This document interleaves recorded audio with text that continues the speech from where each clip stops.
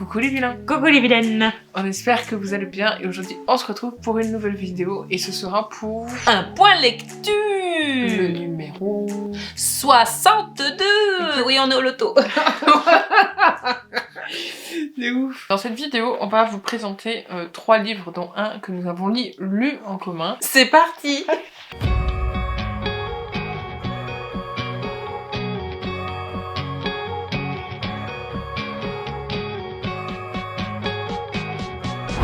Pour le premier que nous avons lu du coup en commun, ce sera Le manoir oublié, tome 1 de Anne Jacob, évidemment aux éditions Charleston. Charleston. Non, il faut bien le dire. Charleston. Oui, pardon, excusez-moi madame. Voilà le petit bébé là. Voilà, il est là. Il est très beau. Hein. Il est très beau. Très beau. D'ailleurs, en couleur, il est même plus beau que le deuxième. Mais le troisième aussi est pas mal, il est très beau le troisième. Je trouve. Là, coloré, bon, ils ont fait un peu toutes les saisons, je trouve que c'est sympa. Donc, dans ce livre, nous suivons Francisca dans les années 90, qui est une femme quand même assez âgée.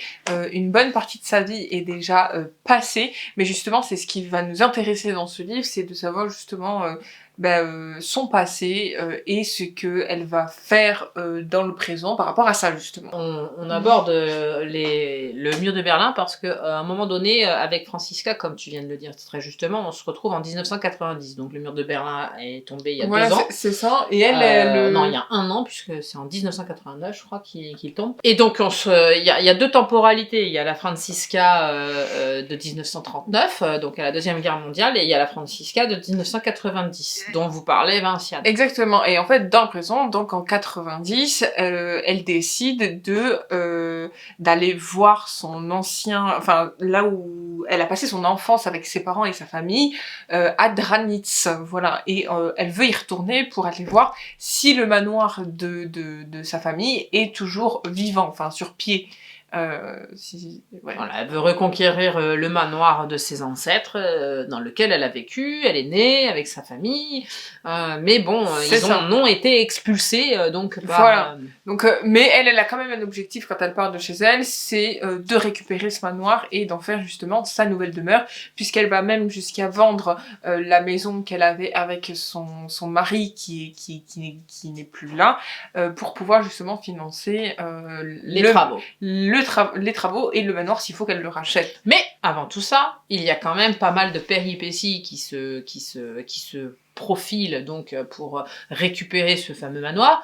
Il y a aussi donc oui, parce qu'elle y arrive, elle y arrive. Alors elle y arrive, mais avant d'y arriver, il y a quand même une double temporalité. On nous explique un peu sa vie. C'est ça, qui elle était quand elle était plus jeune, voilà. Au temps de la guerre justement, et ce qui va se passer justement pendant cette guerre-là, et qu'est-ce que sa famille va devoir faire, et justement qu'est-ce que elle finalement elle va être contrainte aussi de faire, puisqu'elle va suivre sa famille entre guillemets. Exactement. Pour pas trop vous en dévoiler. Parce qu'en plus il y a l'histoire donc de ce manoir qu'elle veut récupérer. En tout cas, elle veut déjà voir comment il est, s'il est encore sur pied comme tu le disais.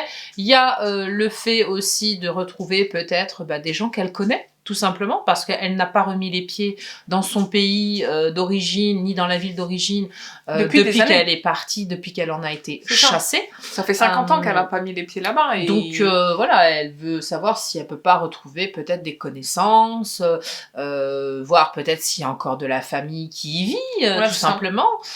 Et peut-être même retrouver la trace de certaines personnes.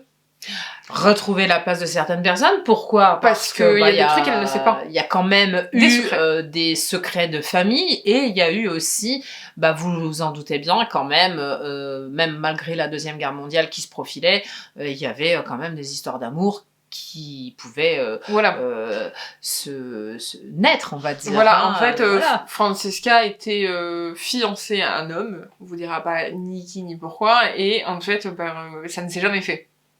Ça ne s'est jamais fait, et justement il y a toute une histoire de pourquoi ça s'est jamais fait, quelles sont les conséquences, pourquoi ils étaient amoureux finalement. Enfin voilà, vous avez les réponses dans ce premier tome en tout cas sur vraiment sa vie à elle qui démarre à Dranitz et son passé en même temps, pour comprendre pourquoi elle fait tout ça dans le présent finalement. En tout cas, moi j'ai bien aimé le fait de ce retour en arrière de cette femme très âgée finalement. qui se dit bon bah j'ai plus rien à perdre. Oui, voilà, c'est ça. Elle se dit qu'elle a plus rien à perdre. Voilà, En fait, elle tente l'aventure. Voilà. Elle la tente vraiment. C'est elle qui décide. Elle n'a pas été motivée par quelqu'un. C'est vraiment sa décision. Non, puis elle est démotivée par tout le monde parce que même sa fille lui dit mais Mais maman, c'est voilà, complètement fou. t'as ton âge, voilà, qu'est-ce que tu veux faire tout le monde la décourage finalement et parce que d'entrée c'est quand même quelque chose de démesuré. Hein. On sait ô combien que ces manoirs d'antan pouvaient coûter très très cher d'entretien. Ils avaient des domestiques, ils avaient tous les champs tout autour, c'était en leur possession, c'était géré par des paysans qui leur devaient des comptes.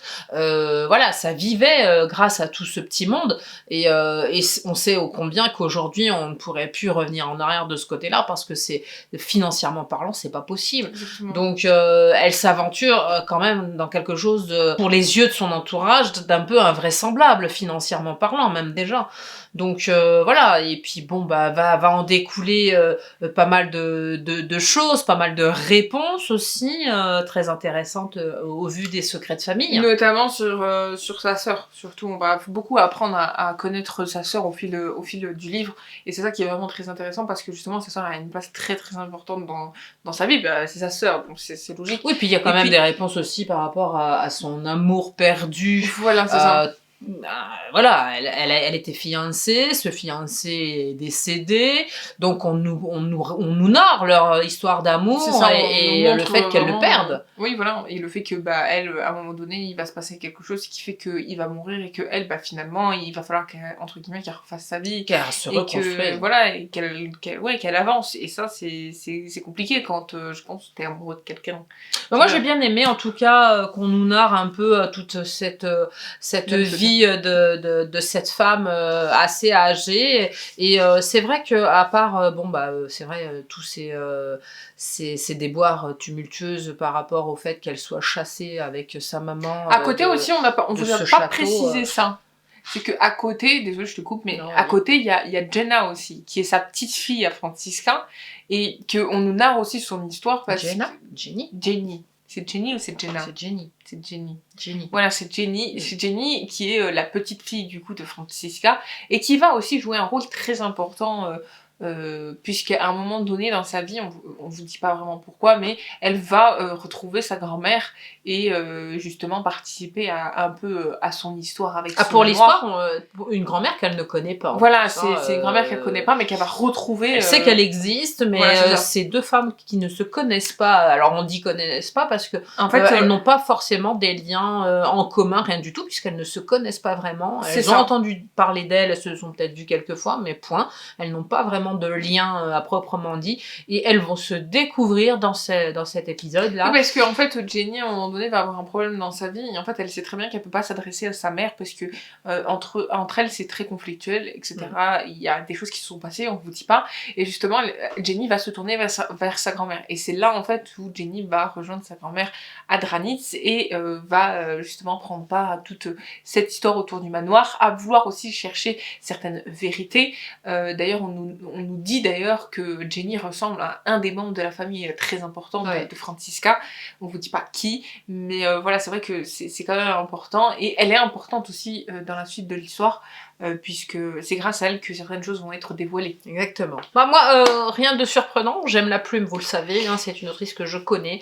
J'ai aimé l'histoire parce que j'ai beaucoup apprécié, alors pas le fait qu'il y ait que le thème de la Deuxième Guerre mondiale, ça vous savez que je l'aime, bien sûr, mais déjà c'est bien narré, c'est encore de l'autre côté, donc on est à Berlin, ou tout à côté, puisque Dranitz c'est juste à côté, mais bon, on est quand même en Allemagne, donc dans un autre pays. La vraie question, c'est est-ce que c'est un manoir qui existe vraiment? Je sais pas, j'ai pas été voir.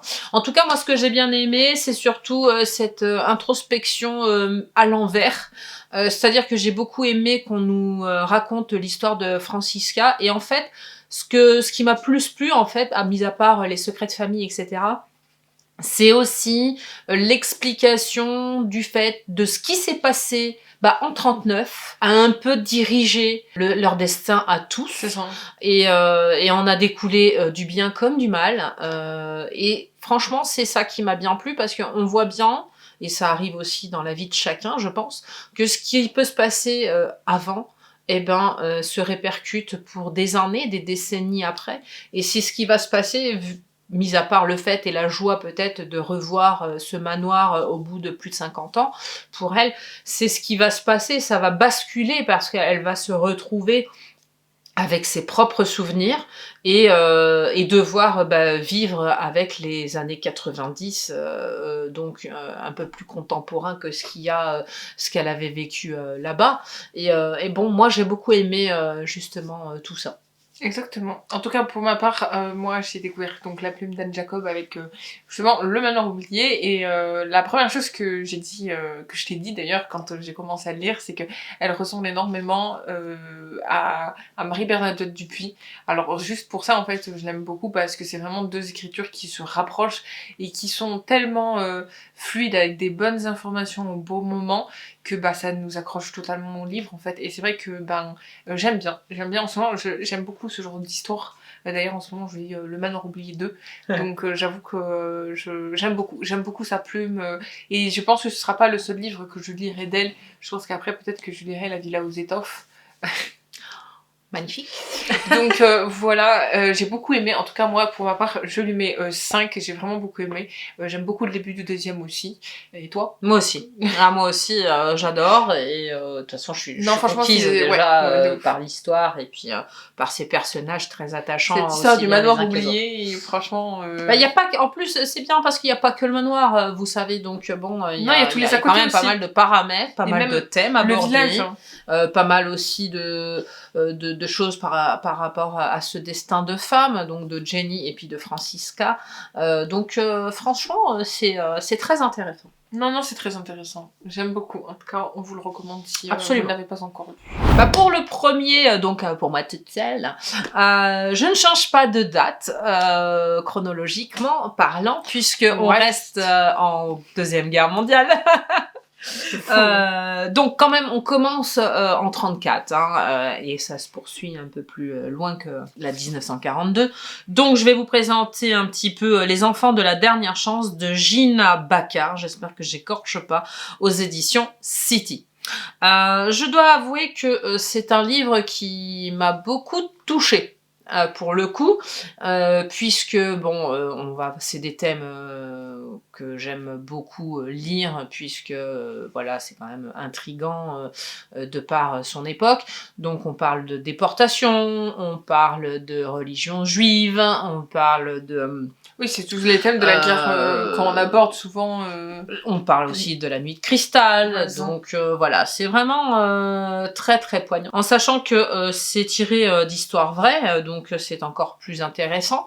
Et donc là, nous allons suivre Rachel qui est donc juive à Berlin et qui officie avec ses parents dans une petite boutique d'instruments de musique. Donc je vais vous les décrire un petit peu toutes. C'est quand même quelqu'un de très généreux, c'est quelqu'un de très adorable, qui aime beaucoup ses parents, qui les aide beaucoup, eux et ses petites sœurs, parce qu'elle a 2 petites sœurs qui vont être importantes aussi dans ce tome. Vous avez Kay, qui est américaine, qui est l'héritière d'une grosse compagnie industrielle de chocolat. Alors le chocolat a une place très importante dans l'histoire, puisqu'elle sera amenée à faire des dégustations de chocolat. Alors, oui, elle sera amenée à faire des dégustations de chocolat, mais ce sera moyennant des services, en fait. Je pense que vous le découvrirez vous-même dans le livre, ce fameux chocolat qui aura une place importante à un moment donné, parce qu'elle en distribuera, aura des conséquences sur ce qu'elle voudra faire et apporter donc à certaines personnes. Voilà, donc le chocolat a quand même une importance, ces fameuses tablettes-là de chocolat. C'est ça ? Pas que, non, je vais rien dire du tout, parce qu'on va pas tout dévoiler. Si ce n'est que, voilà, l'histoire commence donc, que je me trompe pas, en 42, parce qu'on fait un bond après. Donc ça se passe en 42, où Rachel va vouloir essayer de sauver Kay, qui est dans un hôtel, et où elle va être découverte, entre guillemets, juste à temps. Et le fait est qu'elle arrive à temps pour la libérer et elle va risquer sa vie, puisque pour la petite histoire, elle est enceinte, Rachel, et elle va essayer donc de libérer par tous les moyens Kay, qui est en mauvaise posture là, puisqu'on va un peu je dirais, ce moment-là est un peu terrible parce qu'on a peur pour elle, puisqu'elle fait des choses qui ne doivent pas être découvertes par les nazis. Donc forcément, Rachel va tout faire pour la libérer. Et là se crée donc un moment très angoissant pour notre lecture, puisque elle va tout faire pour décourager ceux qui poursuivent Kay. Kay va pouvoir s'enfuir et à ce moment-là, on fait un bond en arrière. Parce que vous vous dites, mais comment elles se sont connues ? Bah oui. Alors, comment elles se sont connues ? C'est là où on repart en arrière, justement.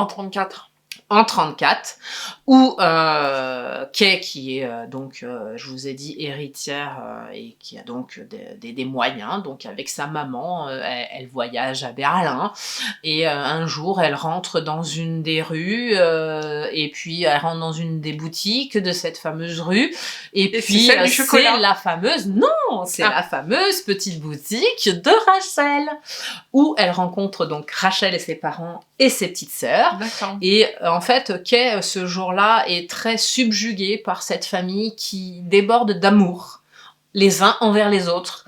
Elle s'attendait pas, elle est rentrée parce que voilà, elle aime les jolies choses, elle était intriguée par ces jolis instruments, etc. Et elle s'est dit pourquoi pas. Du coup, elle achète une petite boîte à musique dans cette boutique, et donc comme je vous ai dit, elle est très subjuguée par tout l'amour qui en découle entre la maman et ses filles, le papa et ses filles, en tout cas tout le monde, tout ce petit monde est bienveillant et très attachant les uns aux autres, et c'est vrai que elle, par rapport à sa mère qui ce jour-là, c'est quelque chose que j'aime pas dire, mais ce jour-là elle fait un peu honte à sa fille. Parce qu'elle parle fort, elle se rend intéressante, elle fait des choses que sa fille ne supporte pas, et sa fille, si vous voulez, quelque part, dans son fort intérieur, elle aimerait que sa mère soit comme celle de Rachel qu'elle est en train de rencontrer dans cette fameuse boutique, toute pleine d'amour et non pas aussi exubérante et aussi inconvenante, parce qu'elle en est un peu condescendante vis-à-vis de ces gens-là, parce que elle est riche, elle se croit un petit peu tout permis, elle est très dirigiste. Donc elle prend son statut très à cœur. Oui, et puis c'est une femme qui est à la tête d'une grosse société, donc elle est américaine, elle a sa fille à marier. Donc elle a pas peur. Non, elle a envie et elle fait un peu qu'est-ce qu'elle veut, vu que elle a quand même les moyens. Donc tout ça, ça plaît pas à sa fille. Et ce qui plaît encore moins à sa fille à cette époque-là, ça n'a rien à voir avec la boutique, mais je le dis quand même, c'est qu'en fait, elles sont pas du tout sur la même longueur d'onde, c'est-à-dire que sa mère a qu'une envie, c'est de la marier. Mais bien la marier, oui, d'accord, bien avec quelqu'un de son statut, voilà, on marie pas les torchons et les serviettes ensemble, vous comprenez bien. Et puis je crois que ça va être tout l'inverse. Et puis elle, Kay, c'est pas du tout qu'est-ce qu'elle a prévu. Kay, elle a juste envie d'indépendance, de liberté. Et donc, ce qui va se passer, c'est qu'après ce petit détour par cette fameuse boutique où elle laissera sa petite trace à Rachel, parce qu'elle lui dira que si elle veut la joindre, elle saura où la joindre en lui faisant ce petit mot. Et donc, voilà, c'est comme ça qu'elles vont se rencontrer. Kay va rentrer en France, pas tout à fait en Amérique, parce qu'elle va dire à sa mère qu'elle va prospecter pour l'entreprise.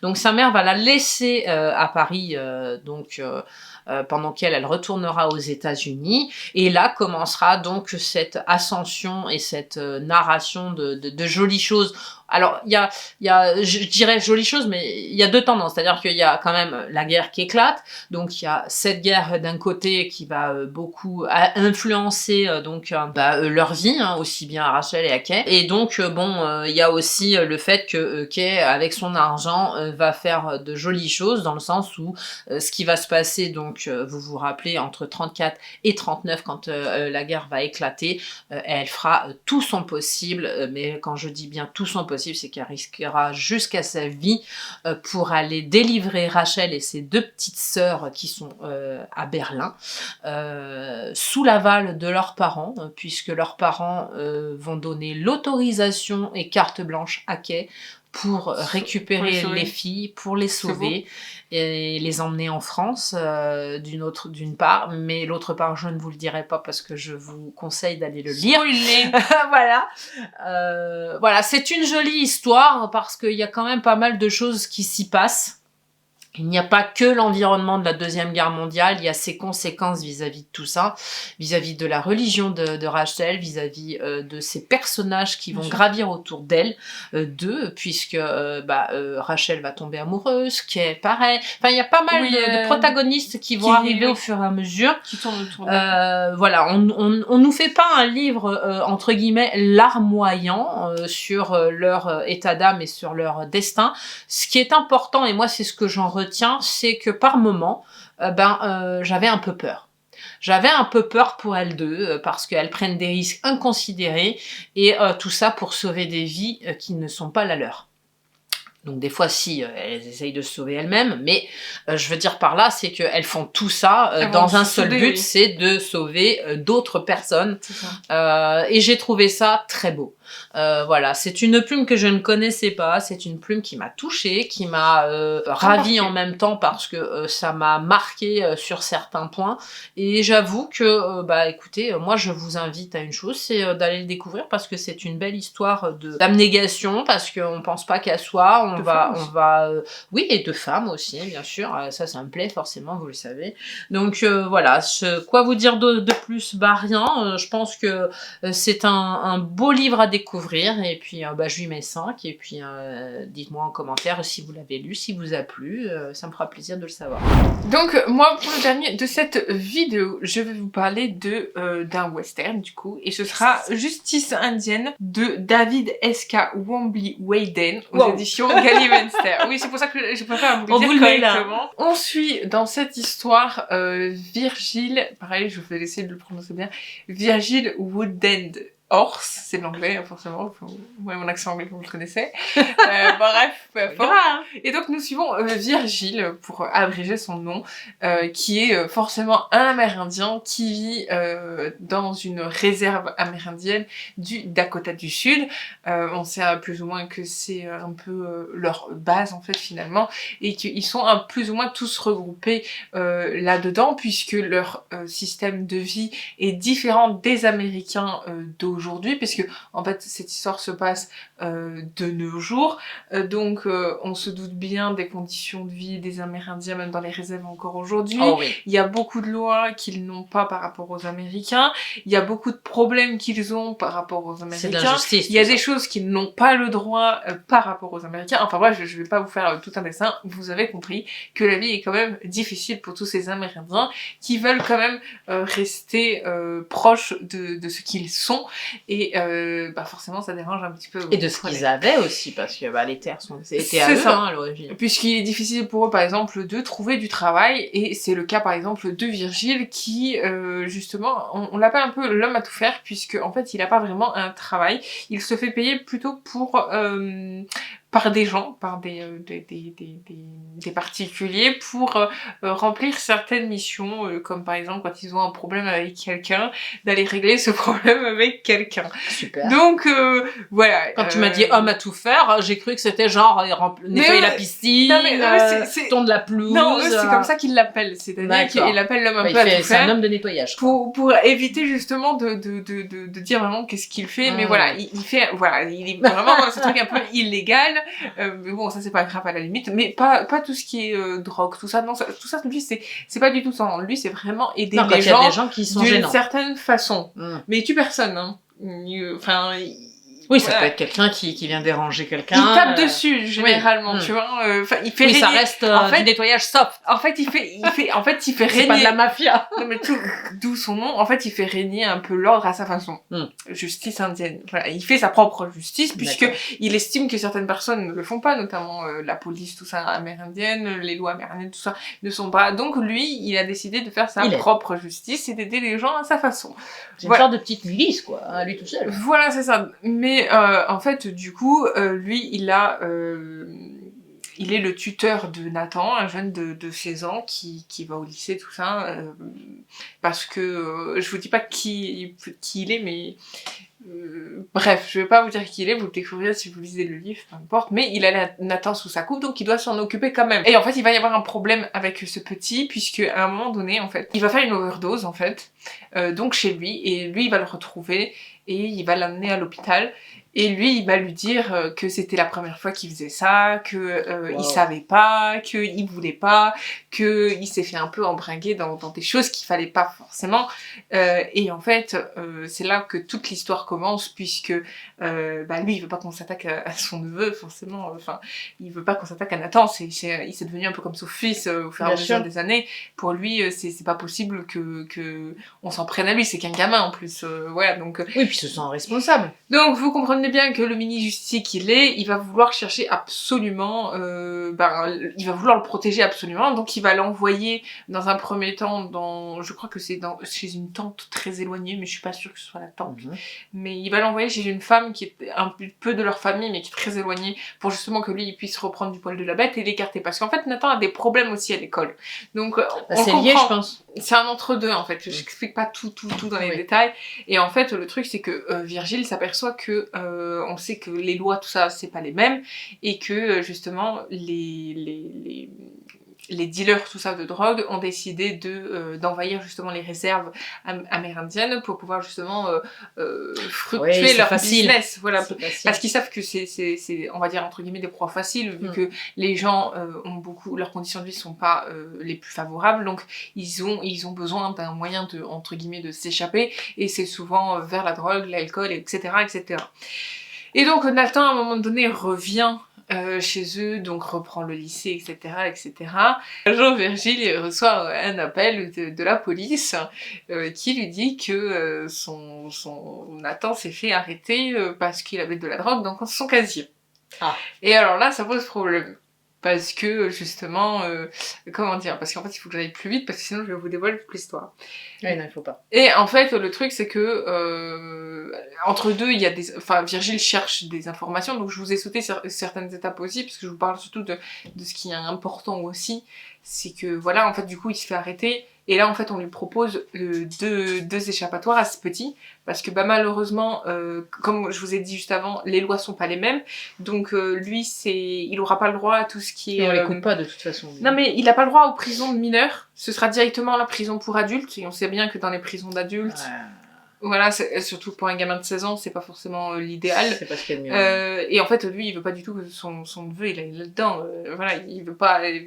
Il veut le sauver, mais la contrepartie, c'est que il faut que Nathan, en fait, aide la police et devienne, en fait, un peu... un mouchard. Voilà, c'est ça. Une balance. Voilà, c'est ça. Sauf que eux, ils veulent pas parce qu'ils savent très bien que si ça devient une balance, à un moment donné, en fait, le problème, c'est que même vis-à-vis par exemple, des jeunes du lycée, Nathan va devenir un mouchard et ça va pas leur plaire et il va certainement être rejeté. Je pense aussi. Oui, il va être rejeté. À un moment donné, ça peut finir très mal, ça. C'est ça. Et puis, il y a des risques, etc. Donc, c'est vraiment très compliqué, mais ils ont pas forcément trop le choix non plus. Et c'est là que, justement, il va falloir prendre des décisions. Et Virgile, comme il est un homme à tout faire, il y a des choses où il va s'impliquer plus qu'autre chose. Ça a l'air super intéressant. Et du coup, avec Nathan, on va savoir aussi laquelle décision il va prendre. Est-ce qu'il va choisir d'aller en prison ou d'aider la police à retrouver justement ses dealers de drogue? Je ne vous le dirai pas. En tout cas, Virgile a une place très importante puisque justement il est au centre de cette affaire.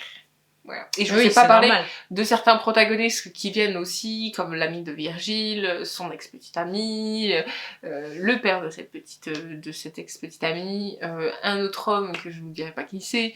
Je vais pas vous dévoiler tous ces personnages-là que je pense... Ah, tu lui mettrais combien alors? Je lui ai mis 5 parce que je me suis régalée. J'ai beaucoup aimé cette histoire.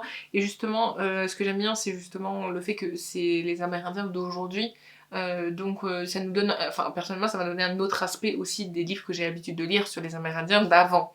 Donc on voit que quand même leurs conditions n'ont pas forcément vraiment changé finalement. Disons qu'on peut dire qu'elles ont évolué un petit chouïa. Voilà, c'est ça. Mais tout petit. C'est pas forcément l'idéal, mais bah voilà. Moi j'aime beaucoup ces histoires-là, j'adore tout ce qui est amérindien, donc forcément j'ai aimé. J'ai aimé cette petite enquête justement, puisque ça tourne quand même autour d'une enquête policière finalement. Bien sûr.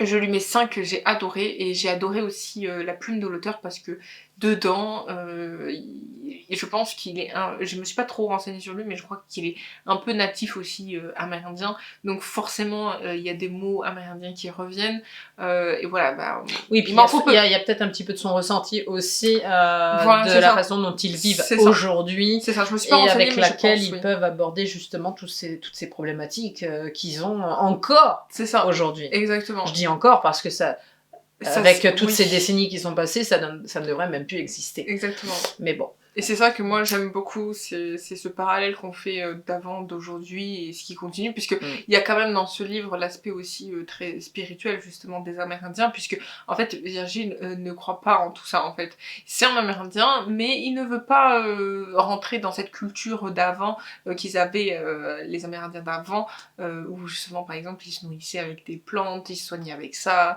vous voyez, tout ce côté spirituel en mode croire en ci, croire en ça, voilà, il est pas vraiment dans ce truc-là, lui, mais peut-être qu'au fil de l'histoire, il va évoluer justement aussi de ce côté-là, et peut-être même essayer de faire comprendre à la fin certaines choses. Peut-être de mieux comprendre ça, de là où ils viennent. Parce que je vous ai pas dit si le coup qu'on a fait un matin est réel ou pas. C'est oui, ça peut être un coup monté. Est-ce que c'est un coup monté ou est-ce que c'est le petit qui était dans ces fameux coups? Ça peut être un coup monté puisque c'est de bon augure du fait qu'il a eu une overdose. Donc bon, l'amalgame est fait, hop, on y vient, hop. Je ne vous le dirai pas. Mais en tout cas, c'est bien. C'était une bonne... C'était... Ça a l'air d'être une bonne histoire. Ouais, j'ai beaucoup aimé. Et je sais que l'auteur a écrit autre chose, mais malheureusement, ils n'ont pas été traduits en français. Ah, faut attendre. Donc, j'aimerais beaucoup que les éditions publient autre chose de sa part, parce que j'ai beaucoup aimé, justement... ce livre-là, voilà. Donc je vous le recommande si vous aimez bien aussi toutes ces petites histoires avec ces petits thèmes d'Amérindien là. Ouais. Voilà, cette vidéo est maintenant terminée, on espère qu'elle vous aura plu. N'hésitez pas à nous dire dans les commentaires les livres qui vous ont plu ces derniers temps et pourquoi, si vous avez le temps de nous argumenter, vos dires. C'est de parler bien. En tout cas, n'oubliez pas de venir nous suivre sur tous nos réseaux sociaux, tous les liens sont en description. Si vous avez un doute et que vous avez la flemme de regarder la vidéo ou de repasser les passages des livres, tous les livres sont dans la description, donc n'hésitez pas si vous avez un souci avec ça. N'oubliez pas de liker cette vidéo, de commenter, de partager et surtout abonnez-vous à notre chaîne YouTube et activez la cloche. On se retrouve la semaine prochaine pour une nouvelle vidéo et puisque c'est le début de mars, ce sera pour la Palle. La Palle, pardon. La Palle. La Palle. Ce sera pour la Palle de mars. En tout cas, portez-vous bien, prenez soin de vous, lisez bien. On se dit à la semaine prochaine. Des bisous. Bye bye.